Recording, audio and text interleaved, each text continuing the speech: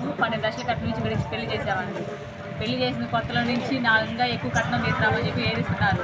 ఈ అమ్మాయి నల్లగా ఉందని చెప్పి నువ్వు నల్లగా ఉండు, నీకు పుట్టే పిల్లలు నల్లగా ఉంటారు, మేము పట్టుకోము అని ఏదిచ్చి ఆ అమ్మాయి టార్చర్ పెడతారు.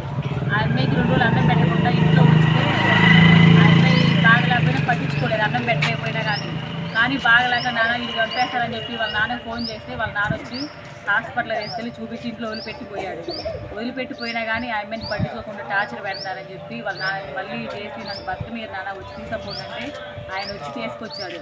వీళ్ళు తీసుకొచ్చి స్టేషన్కి వెళ్ళి కంప్లైంట్ ఇచ్చామండి. కంప్లైంట్ ఇచ్చినా కానీ వాళ్ళు సానుకూలంగా మాట్లాడడానికి రావట్లా. ఈరోజు వస్తా రేపు వస్తావు అని చెప్పి తప్పించుకుంటున్నారు.